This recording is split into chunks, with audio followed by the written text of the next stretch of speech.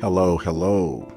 My name is Clarence Napier, the president of the brokerage, the insurance brokerage, licensed in 12 states, which include Alabama, South Carolina, Florida, Georgia, Texas, Virginia, Maryland, Pennsylvania, Ohio, Michigan, Washington State, and California.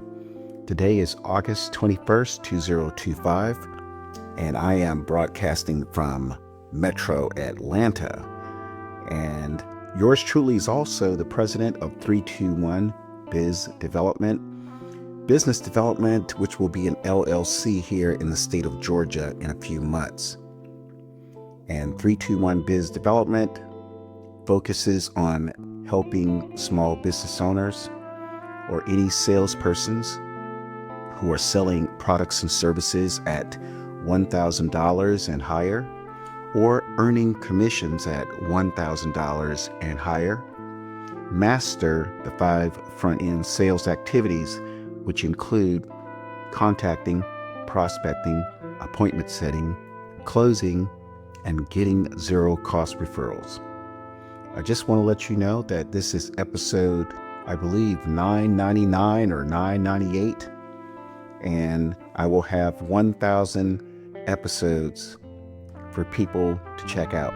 Now, I think I've already surpassed 1,000 episodes probably a few years ago, but I started counting about 2 years ago. There's probably over 2,000 episodes out there on Blog Talk Radio, on Amazon Music, on iHeart Podcasts, then of course Apple Podcasts and Spotify.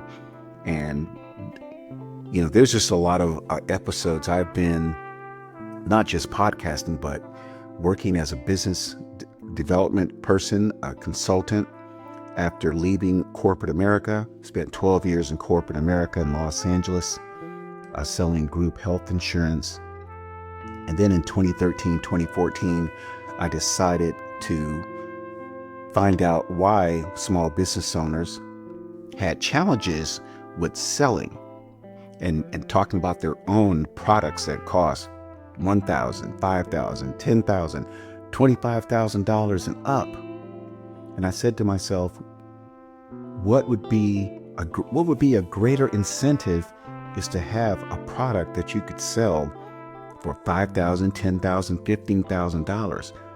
Isn't that what it's all about? To go to school, get your education, get your certification, pass the bar, pass the CPA exam, work at a CPA firm, own a dental practice, serve as a plastic surgeon, master roofing, master home building, all these training accolades that people have. Well, the pinnacle is to move these products and services in an intelligent way for consumers to buy if they want to buy. I mean, this is America. This is the place where everybody's trying to come. People are crossing the border. People are coming in boats. People are, hiding in planes and doing whatever they can to come here because of this thing called capitalism and the American dream. And here we are as Americans. We have these big ticket items. We have hardware items.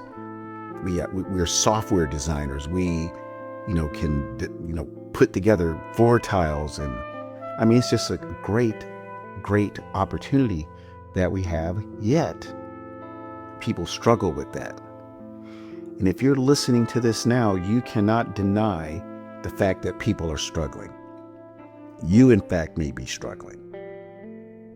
But today's podcast episode is about success and mindset. It's about success. It is about mindset and actions. I can't even read my own, title here. But what if you don't have the mindset part together yet? And here's a fact. The mindset part is not the greater thing or component that you need to work on. It's really the actions and the system that you need to master.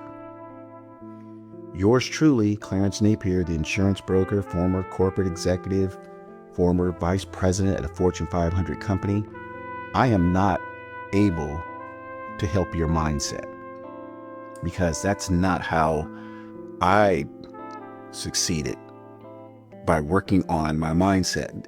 Now, I did work on my mindset, but it was after I had the system and I was able to master some actions and get predictable results from those actions.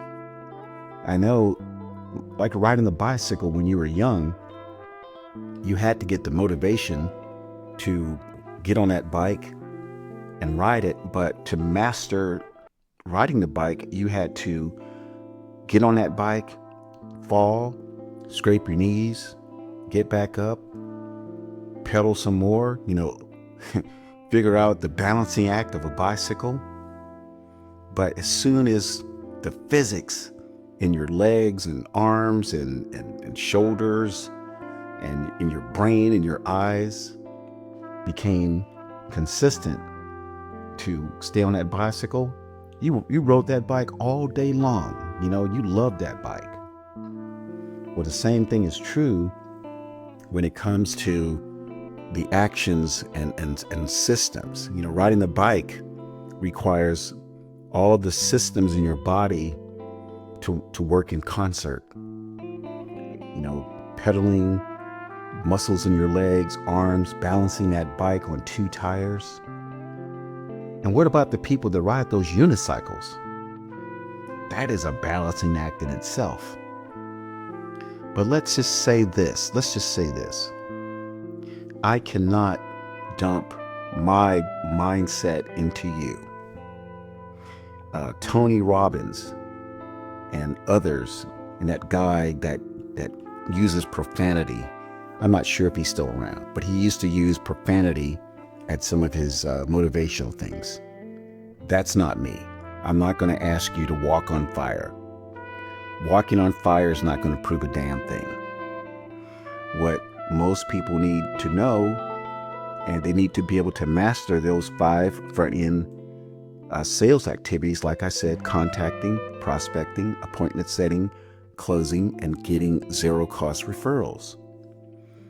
And the only way to do that is to kind of understand what your potential customer is thinking. Now, your potential customer thinks salespeople are slobs. Seriously, most consumers don't like salespeople, and that's because they have had bad experiences with salespeople. And I'm not talking about the product or service that the salespeople were offering. They were disappointed with the experience they got from the salespeople. And that's because the salespeople typically do not think about what the consumer is feeling. They don't think about what the consumer enjoys. They're not even thinking about having that consumer walk away after the sale with, wow, Joe or Mary gave me a great feeling when I bought this product. Even if the person at the appointment does not buy, you want that person to say, although this product wasn't a good fit for me, I had a great experience, at least chatting with Joe and Mary. In fact, I'm going to consider Joe and Mary a friend. And if I know someone who needs Joe or Mary's product, Joe or Mary will be the first salespeople I'm going to recommend to my friends, family, and colleagues. So that's what you want your potential customer, your first contact prospect, to feel. So like I said, I cannot dump my mindset onto others. And people ask me, well, how did you get to this point of, they say, confidence? I call it being able to predict the outcome of any type of sales activity. And that's important. You must be able to see yourself winning. And when I say winning, I don't mean you win and the consumer loses and the client loses. I mean, both people are winning. The salesperson is winning, the consumer, the new client is winning because they're happy with their purchase. So that's been my sort of MO, my modus operandi for the last probably 15 years, 10, 12 years. But before that, I can say I did have the desire to have customers have a great feeling, but I didn't know how to do that. I was a product pusher because as a person who studied economics and statistics at Cal Berkeley, I was a think tank, and I communicated think tank language to potential customers. I did not really think about customers having a great feeling after the sale, even though my intention of selling the product or service was noble. It was like, this is the best product for this consumer.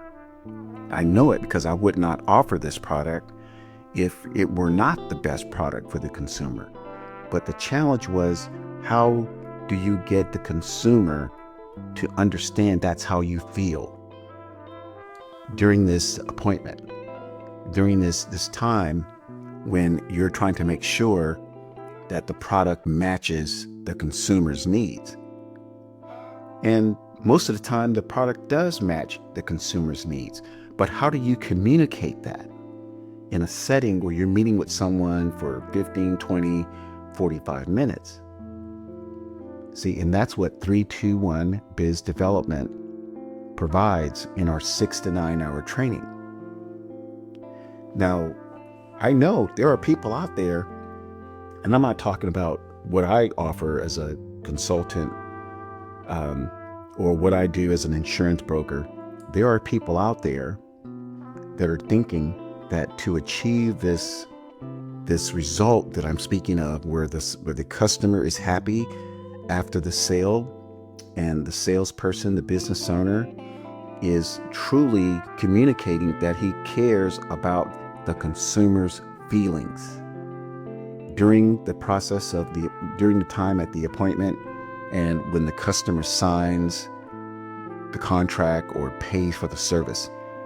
There are people that think achieving that is impossible. And I've met many people like that. In fact, at one point, I was working with political candidates, and I could see that some of the political candidates even did not know how to communicate what they wanted for their voting constituents. I did that for 6 years. I worked with political candidates, and I saw that many of the candidates, excuse my expression, didn't give a shit about the voter. And I used to tell them, I said, well, how can you say, or how can you ask this person to vote for you, but when you communicate, you do not communicate any type of feeling that you even care about the voter? But I digress when I talk about, I don't do too much of that anymore, But the fact remains is that business owners, people, salespersons, they have to adopt this. I have a phrase I use. It's called selling without appearing to sell. Selling without appearing to sell. And that phrase kind of summarizes the whole idea of 3-2-1 Biz Development.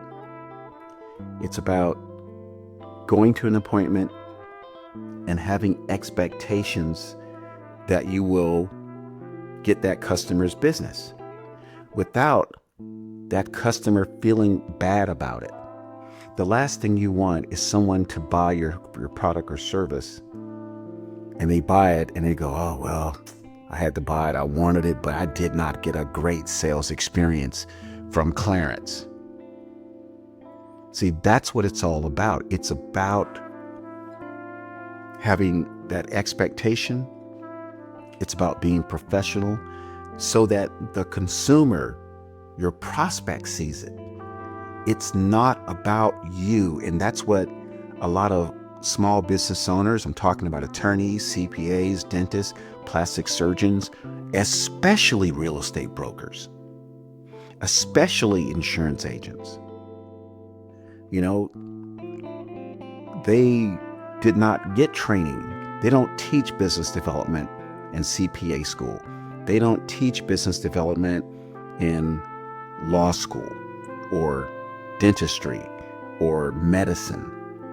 What they teach is how to master task, how to make sure books are audited and all the things on a balance sheet and the spreadsheet and, taxes are accurate, and how, Invisalign services are perfect as much as possible, how to best serve your client in the courtroom based on legal precedents. Yes, I have worked with accountants, CPAs, dentists, plastic surgeons, attorneys, floor tilers, electricians, plumbers. It's all of them have the same lack of business development training and experience. Now, I will say, over time, after losing so much business, some business owners figure it out, but it's not that many. In fact, recently I met a tech CEO. I was working on a project with him in Silicon Valley. And I'm going to be honest, the tech CEO ended up being the main person who lost the potential to sell a $400,000 project to another company that was working in the AI space. And since I wasn't the tech genius, there was not much I could do about the technical side, but the CEO lacked big time.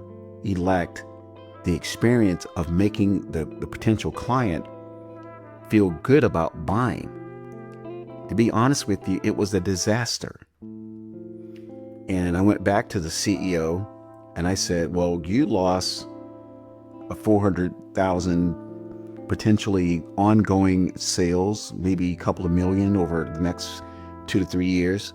I lost $15,000, which was my contract commission, and probably even more over time. And it's because you treated that prospect like shit. That's what I told him. And he admitted, he goes, never thought about that. So over these last 20 years, how much money has this tech CEO lost? How much? Millions. Because I just saw a $400,000 contract in future business just vanish in a vapor. So to close, I just want to say that give me a call for 321 Business Development. This is really about the business development, the consulting. Yes, I'm an insurance broker. What I do is I work with my employer clients, and if I am able to build a relationship with the president, the CEO of the business, I offer to help them with the sales part, because that's one of the biggest challenges with businesses and healthcare costs. The healthcare costs are increasing, but the sales revenue is trailing the increase in other expenses like healthcare and other types of expenses due to just the cost of doing business and inflation. And to really close, I just want to let people know we talk about these things, these topics that I'm talking about today on Mondays and Wednesdays, twice on Mondays, twice on Wednesdays, 7:30 a.m. Eastern Time, 7:30 a.m. Pacific Time, during our online networking sessions for business owners and salespeople. Each business owner gets like 5 minutes to talk about his or her business, And then we follow with a sales topic like this.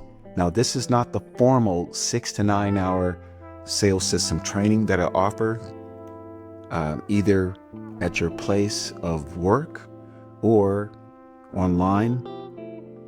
But it's topic based. This 15 minutes I talk about, it's just topic based to give people maybe who don't want the full training just something to think about. But if interested in either of the online networking and the calling in and talking about your business, my phone number is 866-901-9876. Or you can email me at clarence@insforsure.com.